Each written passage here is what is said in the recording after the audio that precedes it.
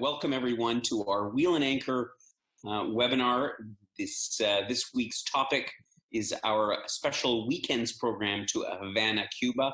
It is the second in our series, and we had such a great time last year that we couldn't wait to come back, and that is going to be happening this coming November. So it's a fair ways out, and hopefully the world will be returning to normal well before then, so we can take this trip down to Havana. So if you just joined us in the last minute or two before we started, all of the participants on our webinar this morning are in the background on mute, but you can ask a question, make a comment at any time. And if you scroll down to the bottom of your screen, there is a button marked chat. If you click on that button and type in your question, your comment, then I will try to answer it, or Jose will try to answer it either on the fly or at the Q&A part of the webinar, which will happen towards the end. Good, so let's get underway. For those of you who are new to our webinars or to Wheel and Anchor in general, I see a couple of names that I'm not familiar with. So we are all about bringing travelers together. And so that makes us a little bit different because we're not just another tour company, another travel agency. What we're really focused on is bringing travelers, Canadian travelers specifically, who have a like-minded view on travel that isn't just the same cookie cutter approach things over and over again, but we try to get a little bit under the surface and learn a little bit more about the countries that we visit. That's the way that these trips are designed and curated by myself, and that's what we're all about. So that's our motto, our tagline. We bring travelers together. I do have a personal goal for every single one of our members.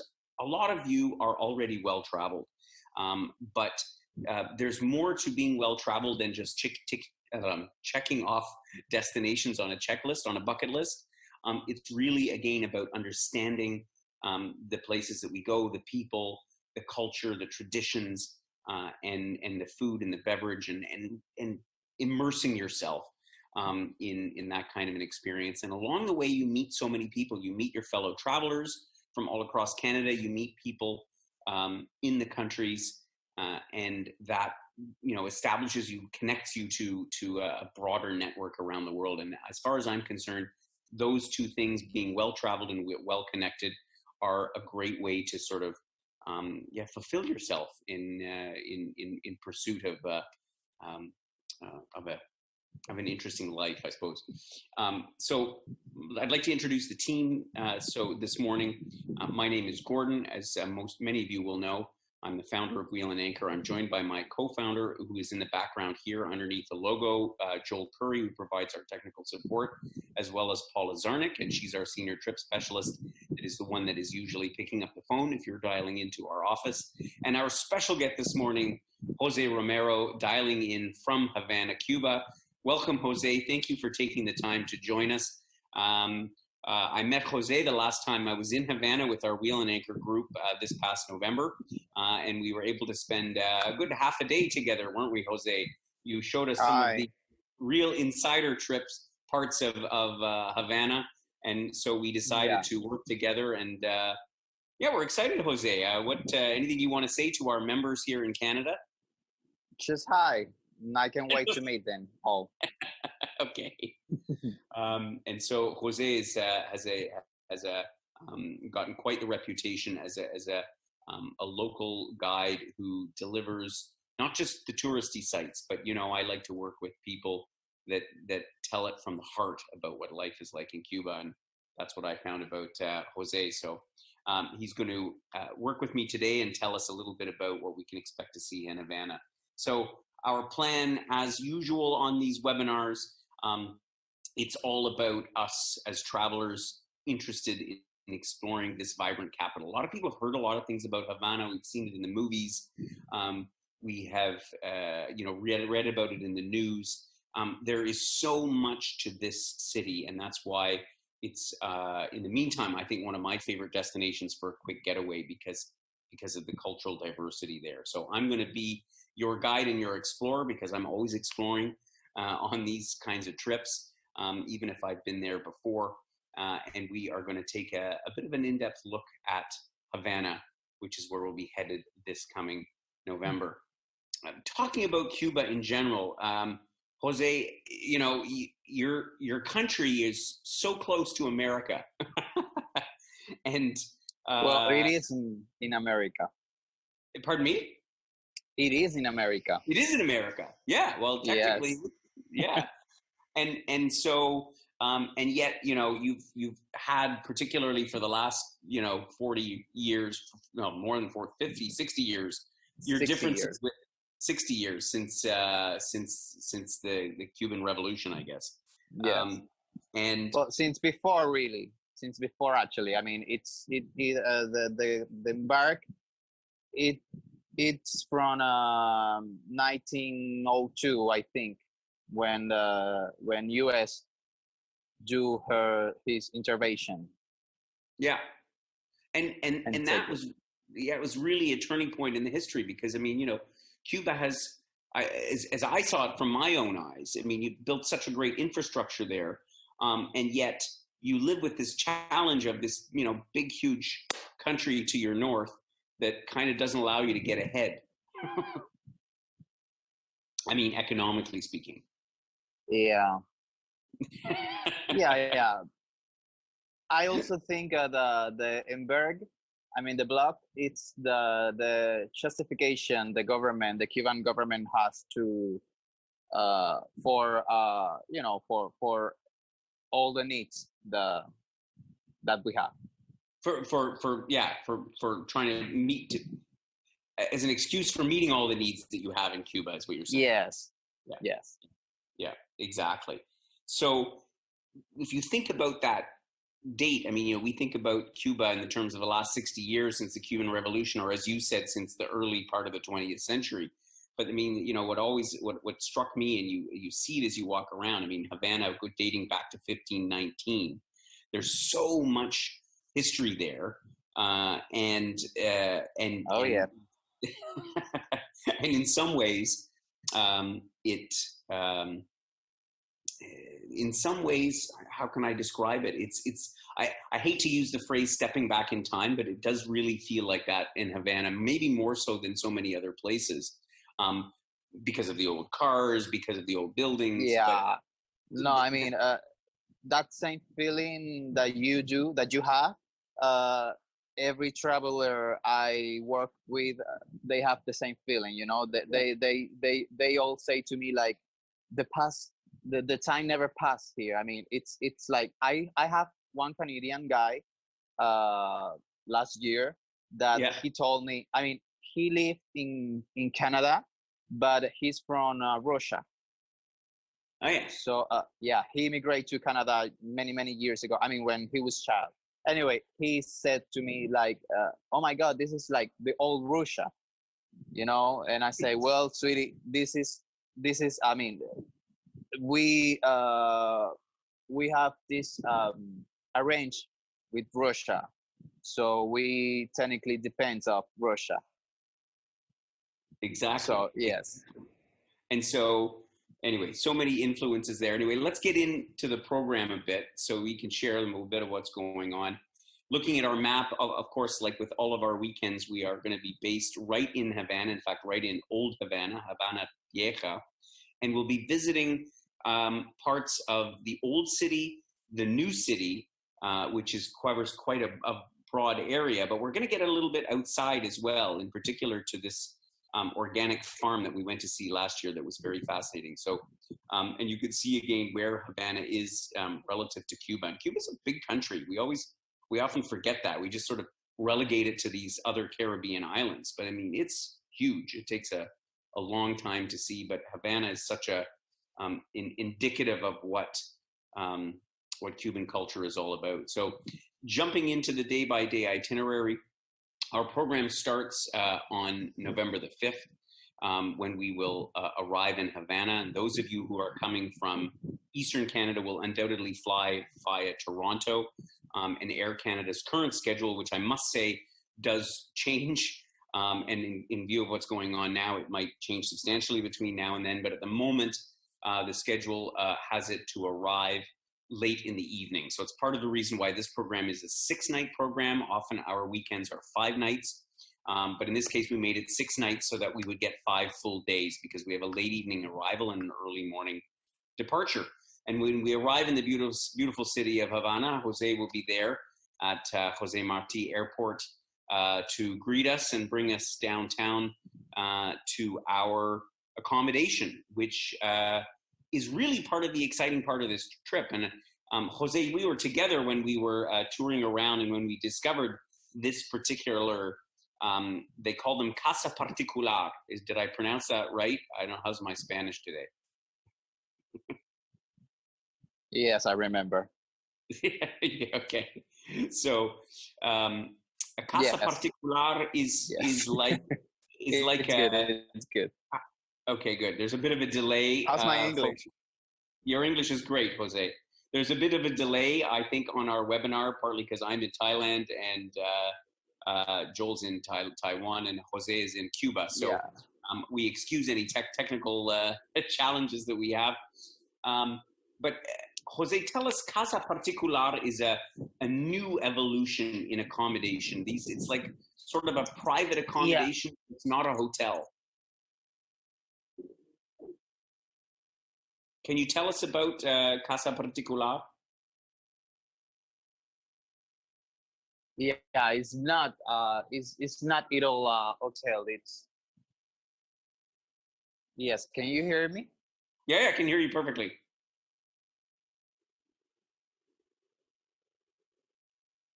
Are you there? Yeah. There's a bit of a delay. Okay. Yeah, it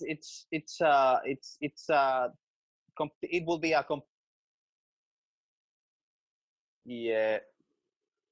Anyway, Casa Particular is a completely new experience than an hotel. I mean, you'll feel more welcome, more like home, because and in this one in particular, you will feel closer to the culture and to religion, because I mean, in this particular house, every room has a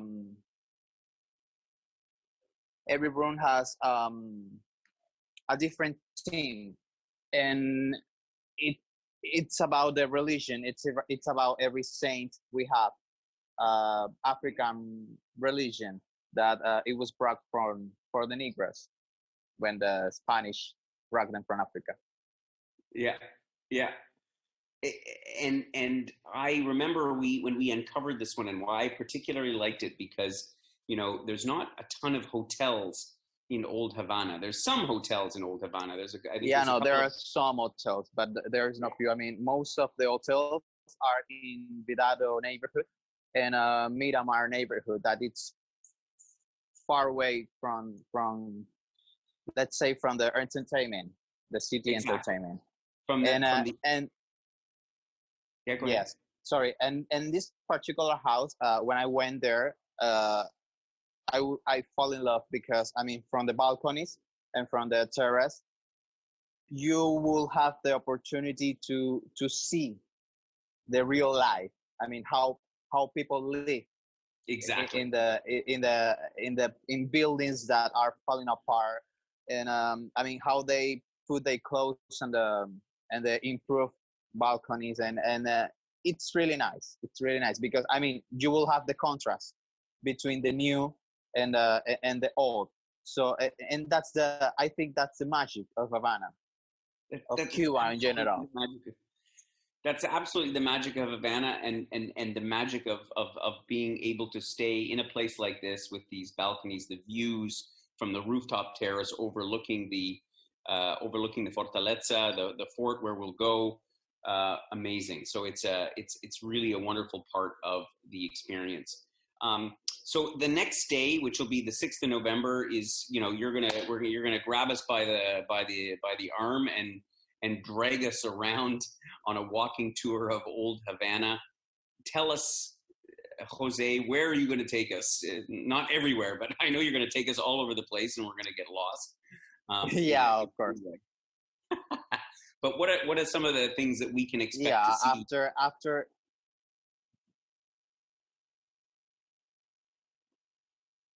Yeah, I mean, we will were in the beginning of history in where everything started. So we'll see the churches, the four main squares.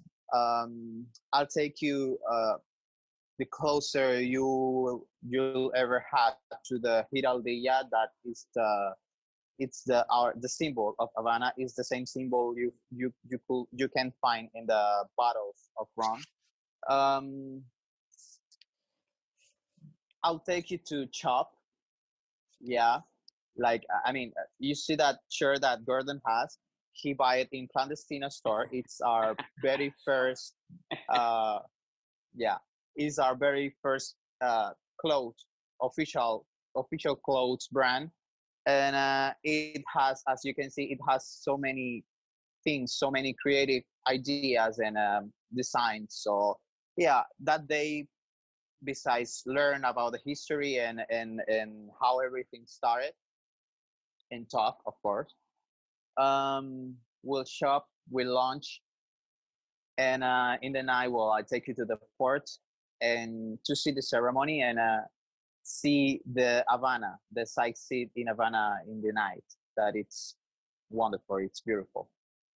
And what I liked, Jose, is the fact that all these little shopkeepers and so many of these people in Old Havana, and you gave away my shirt, but yes, this I bought this very shirt here at this terrific little boutique, I guess you will, from an sort of an up and coming Cuban designer, and Yeah, this is the kind of thing, is this juxtaposition between decrepit old buildings, but there's a real sort of burning innovation and art and whatever culture there that yeah, I don't know, it just seemed to me you knew everybody on the street, well, not everybody, but you yeah, knew a lot of the neat places for us to go. So um, we'll spend the better part of the day walking around to see these quite yes.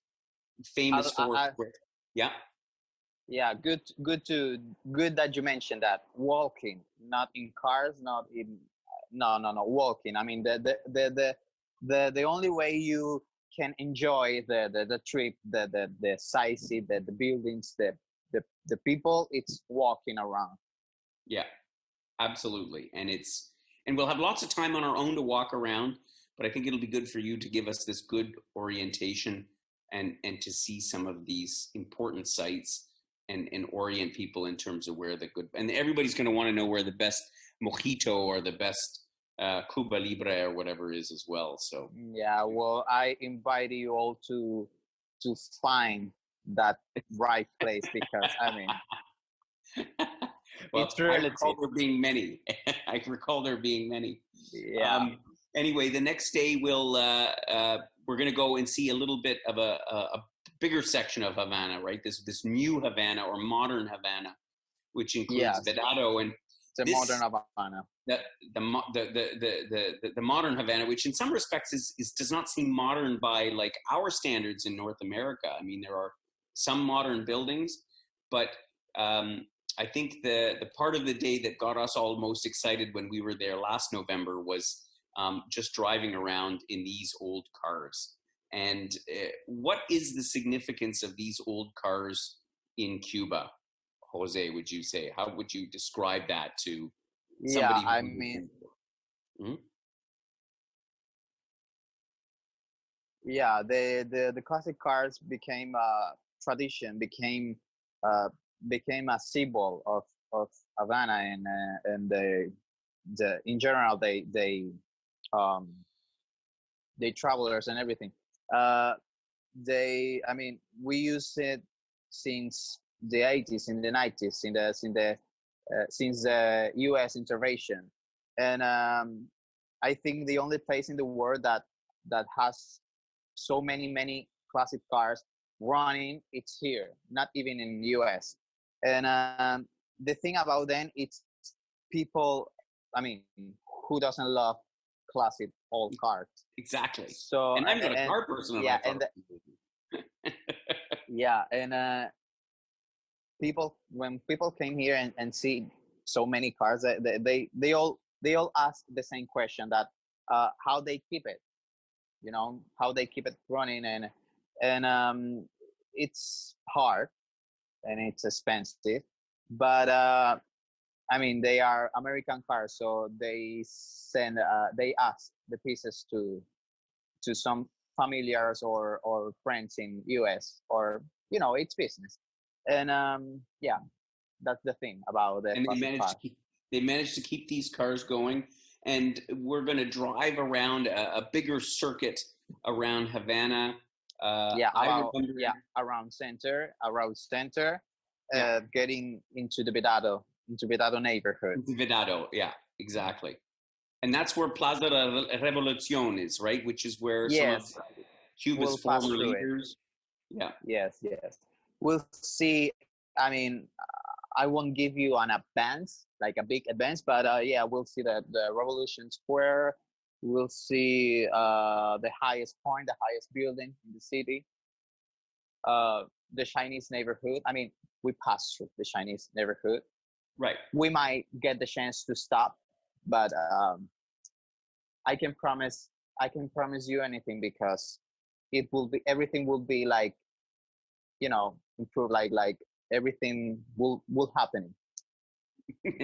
I recall when we went around the last time, we passed through a magnificent park with these massive trees.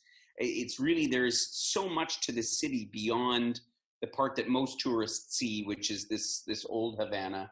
And yeah, no better way to do it than by classic car. But another thing we're doing this year in the program, and this one I know, Jose, is near to your heart. We're going to go to this Fabrica de Arte, this art Yes, art pavilion. factory. Yeah. Yeah, it's 5 years ago. It was this rap artist take this old oil factory and turn them in this magnificent place. It's all about art. They have a cinema inside. They have a pictures exposition inside. They have like 2 or 3 dance floor. Of course, they have front. They have cocktails, and it's beautiful. It's a really nice place. And last year it was in the top five and the Times magazine of the um, worldwide places to visit. Yeah, exactly. It's truly marvelous, even for those who are not normally into art, but the way that they have designed this place and all of the components to it, amazing. Yes, So yes, it's pretty much about that. It's pretty much about the place, not the not yeah, the not the art pieces in are itself. inside. Yeah, Because so many people, so many travelers that I had, I I'll take them to there, and it's like, this is not art. This is not art. I mean, how can you call this art?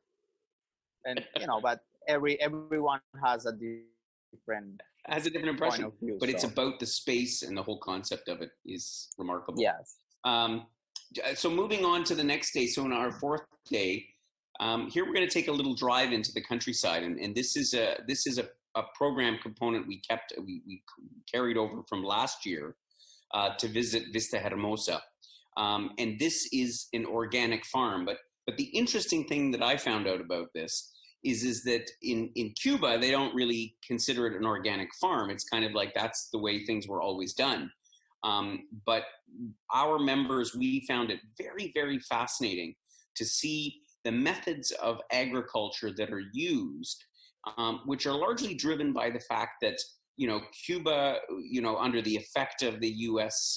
Embargo and all of these measures that have been in place that precluded trading with the U.S. and many, many other countries, meant that Cuba didn't get access to fertilizers and pesticides and all these other things that we now are trying to get away from. So the way that they plant their food, their crops, their vegetables, the way that they raise their livestock, the methodology is kind of what we're back to and calling it organic. And I must say, we were all quite, at first I thought, oh, we're going to go visit a farm, but it was perhaps one of the highlight of our trips is to see these, old ways of doing things that are in fact, again, for us, they're like state of art again in terms of organic farming. And we're going to get toured around by Kenzie, who's the manager of this facility. Another fine example of a Cuban gentleman who speaks excellent English. And we'll have a chance to go for a little horse ride or a horse carriage ride while we're there. It's all kind of a neat experience, but possibly the highlight is that this farm, Vista Hermosa, is connected with the Mediterraneo restaurant back in Havana. So we're going to go back. We're going to have lunch and eat all of the products of this farm, and that was really one of the best meals that we had while we're in Havana. And that evening, you're gonna after we're done with the farm and lunch and all the rest of us, you're gonna take us by the famous Hotel Nacional, which is, I think, it's a landmark in Havana. Is that right? The Hotel Nacional, Jose?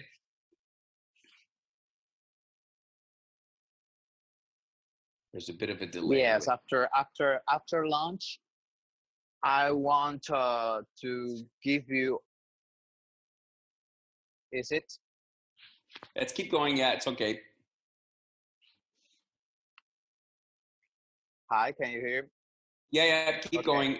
There's a bit of a delay. After that lunch, I want. Okay. After lunch, I want to take you in a little walk across the Vedado neighborhood. So so you can experience. You will experience the difference in the cars, and the day we have the classic car tour. But I want you to walk into the neighborhood, and I want to take you to National Hotel. And have some drinks in the garden, and you will see a beautiful side of Havana. And I think it will be a nice way to end. Agreed. Sorry, I can hear you. They have great cocktails there as well. So. Okay. And the Nacional is really, truly an institution. It sits up on top of a hill and overlooks the Malecon, which is the boulevard that runs along Havana's seashore. So it's quite a remarkable spot. We'll then have, in keeping with our usual. The building. Yeah, go ahead. Yeah, the building has history. The building has history. That's an understatement. Then, in keeping with the building has history, but I will. Yeah, I won't tell you until you came. Okay, fine. Okay, you'll tell us all the secrets when we get there. Then in keeping with our usual programming on trips like this, we'll have a whole day in Havana at leisure. And again, because of the fabulous location of our accommodation, of our B&B, you can really walk to everything there is to see. And that's one thing that, Havana is all about, is just wandering around, meandering into these small little restaurants and bars, witnessing the street musicians. You'll listen from the balcony and you'll hear, somewhere Cuban jazz is being played.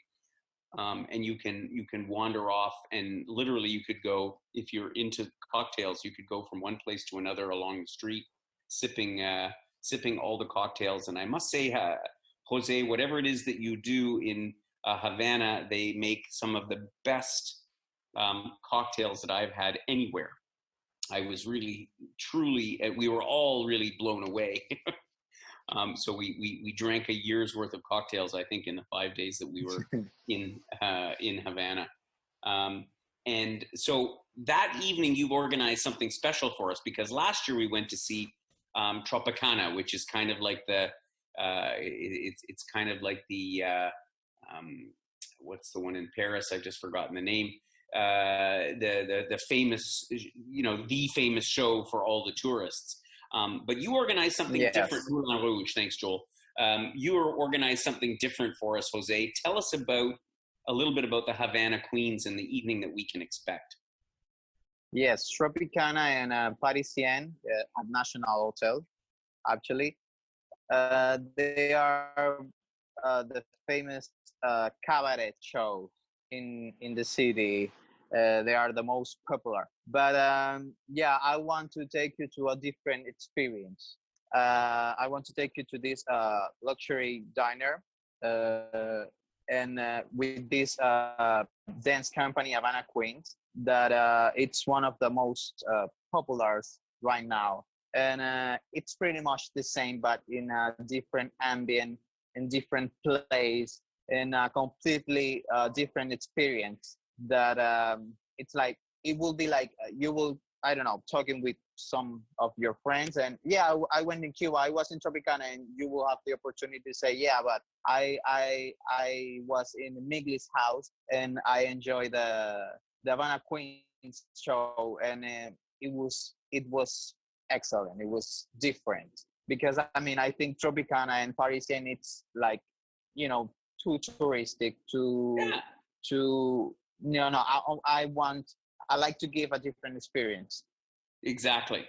And that's again why I like to work with Jose in Havana. And we went to Tropicana last year. Yeah, and it was a good show. But I mean, again, the whole thing is designed for tourists, and so this is something a real, truly Cuban experience in a beautiful little spot, much smaller than Tropicana. Yeah, This is what we wanted to have. yeah.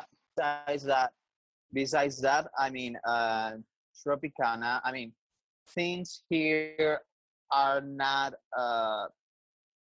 what you used to, you know. So Tropicana and Parisian, those are shows, are entertainments that lost. But that's another story that I will tell when you come. Sounds good. We've got one more day left in Havana to spend with Jose. And of course, this is the day when we're going to indulge in all of our sins. And that is by seeing the world famous Cuban cigars and how they're produced. Because, of course, they're produced by hand. And it's quite fascinating process to visit that factory and see how they're made. Not to mention Cuban rum, which is also very famous. But I think the big question is, Jose, can we buy them somewhere? Can you find us a good deal? Yeah, of course. But I think I will let that detail from by the time you came. Okay, fine. So without disclosing anything further, I can assure everyone, Jose knows where to get some excellent Cuban cigars. So because if you're going to bring back any souvenir from Havana, you've got to bring back a box of cigars. I'm sure somebody will be ecstatic, or a bottle of rum. But as I say, the main thing is we're going to really get a chance to understand how these, very well-known Cuban products are actually produced. And then on our last night there, we're going to have an early night to bed because, as I say, based on the Air Canada schedule, we're going to have a very early wake-up call and wrap up our trip to Cuba and say farewell to Jose to make our way back to Canada. And that will be undoubtedly one of the most memorable city trips that you can make. As I say, we had a blast last year, and everything that we've designed into the program with Jose this year is going to make it even better.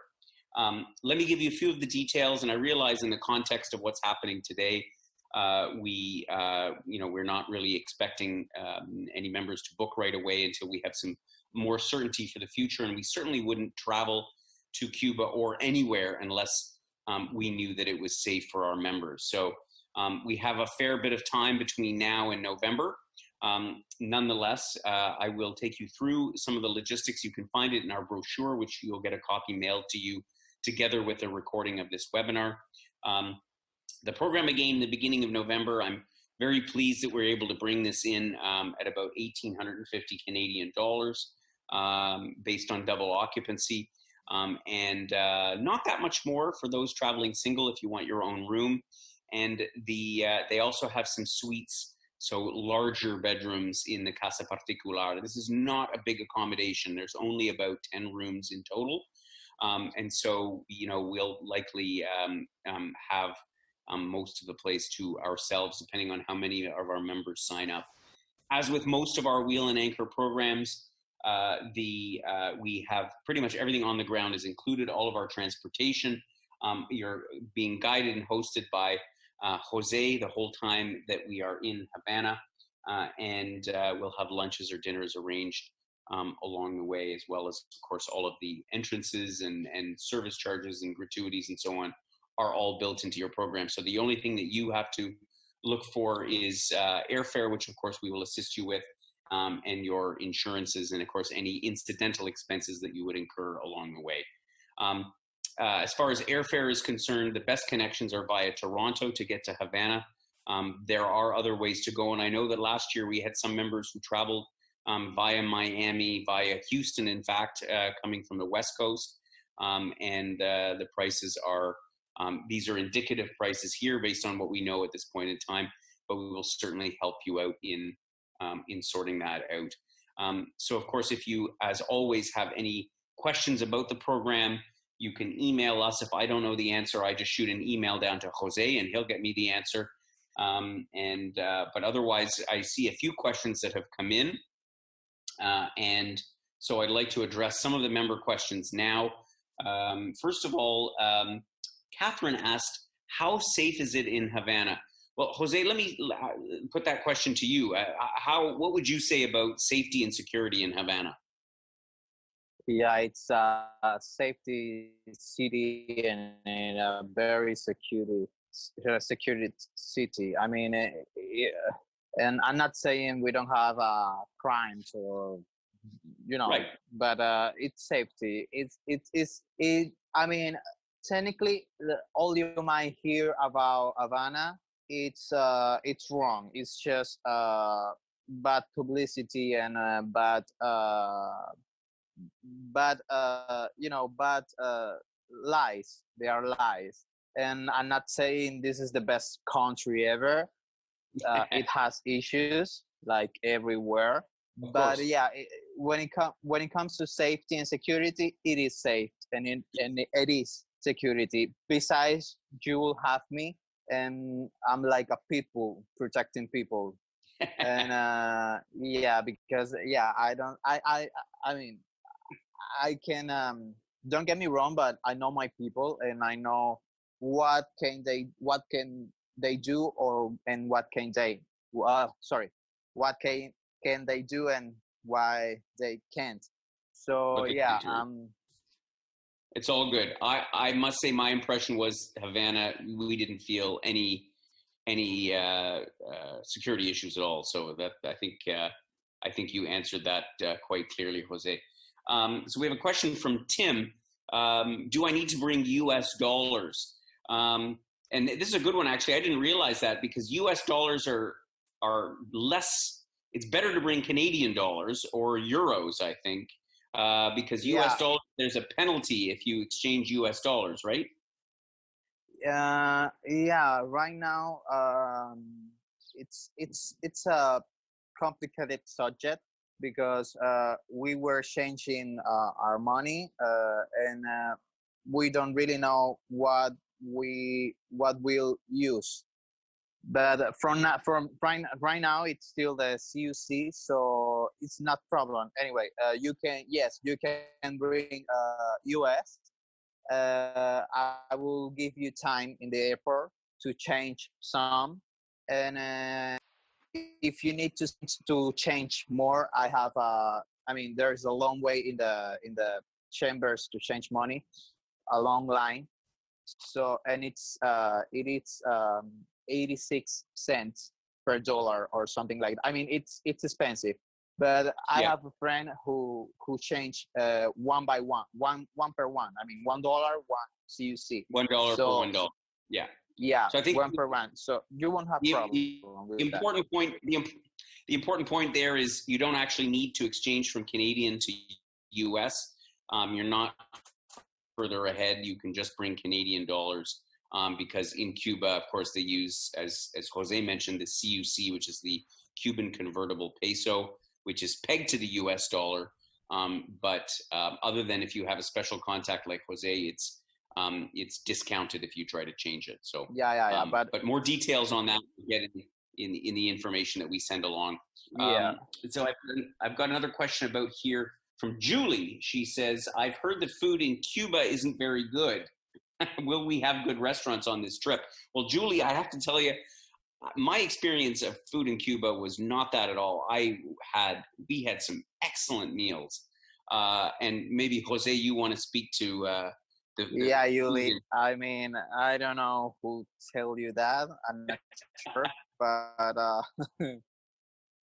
uh, there's a lot of good restaurants, good food, and yeah, no, of course they are bad places. I mean, expensive Yeah, places with bad food, and cheap places with super good food. yeah, It's everything is relative. But no, bad food here. No, one of the things about Havana is besides the structure and everything, it's their food, our food. It's our flavors, our colors, and well, yeah, no, I want you advance anything more because then no. I it think was pointless. It will be I think pointless. the reputation for bad food comes from the resorts, the cheap resorts on the coastline. Yes, That's where the reputation comes from. yes, But I'm with Jose on this one. Our experience was amazing with the food yes, in yes. Havana. A couple of questions here from Susan and Carne about the weather, the temperature in November. Is it humid? Is it dry? I seem to It's recall, I mean, the weather fresh. was super warm. Sorry, it's fresh. Yeah, it's fresh. It's not hotter. It's not colder. It's fresh. It's a middle temper. I can safely say it's a hell of a lot warmer, a heck of a lot warmer, excuse me, in Havana in November than it is in Canada. I think that we had beautiful weather. I mean, it was sunny and it was Yes. low to mid 20s, which that you'd call that fresh, Jose. We call that hot, or we call it warm. Um, and let's see, I got another question here from Keith. It's fresh. I mean, compared with now. Okay, sorry, Jose, we have a bit of a delay on the signal there. Um, Yeah. uh, One more question from Keith. Is there a beach near where we're staying in Havana? Now, there's no beach in Havana, but Jose, where, if somebody on their free day, on the Yes. leisure day, wanted to go to the beach? Yes. On the east side, there are we have the beaches on the east side, and it's about 12 kilometers from we will stay. Right. But yeah, you can grab a taxi to there. No It's problem close. to get I a mean, it's taxi. Yeah, no. It's closer. It's relative closer. So yeah, if you want to go to the beach, you won't have trouble with that. yeah, perfect. Okay, so we didn't have anybody in our group that went to the beach last November, but I remember it was pointed out to us. So if you're dying to go to the beach, or of course you can extend your trip in Cuba and easily arrange a car and go down to Varadero, for example, is only a Yes, few hours drive away. So if you're keen to include a 2 beach, hours. 2 hours, there you go. So if you're keen to include a beach component to your trip and stay on for an extra week, by all means, we can certainly help to arrange a transportation to get you there. And you can, of course, fly back from Varadero, or that's the closest one to Havana, I think. And then the other beach destinations are a bit further away. But there's an airport in Baradero. Yeah, there's an airport in Varadero, and you can fly directly there. So good. I think that's all the questions from members that I can see so far. So if you do have any other questions, please drop me a note, drop Paula a note. We are more than happy to get your questions, or give us a call. The numbers are shown there. And we will be sending out a copy of this webinar, as well as the brochure itself, to everyone who has registered today and everybody who's had their interest. I want to take a moment to thank Jose for joining us today from Havana, and the beautiful Malecon that you can see in our concluding slide here. Jose, we're looking forward very much to visiting again with our Wheel and Anchor members to Havana this coming November. Me too. And good. Me I'm too. glad. I can't wait, and hope to see you then. Thank you again for joining us for today's webinar, Wheel and Anchor. Thank you. Havana, Cuba, and have yourselves a wonderful day.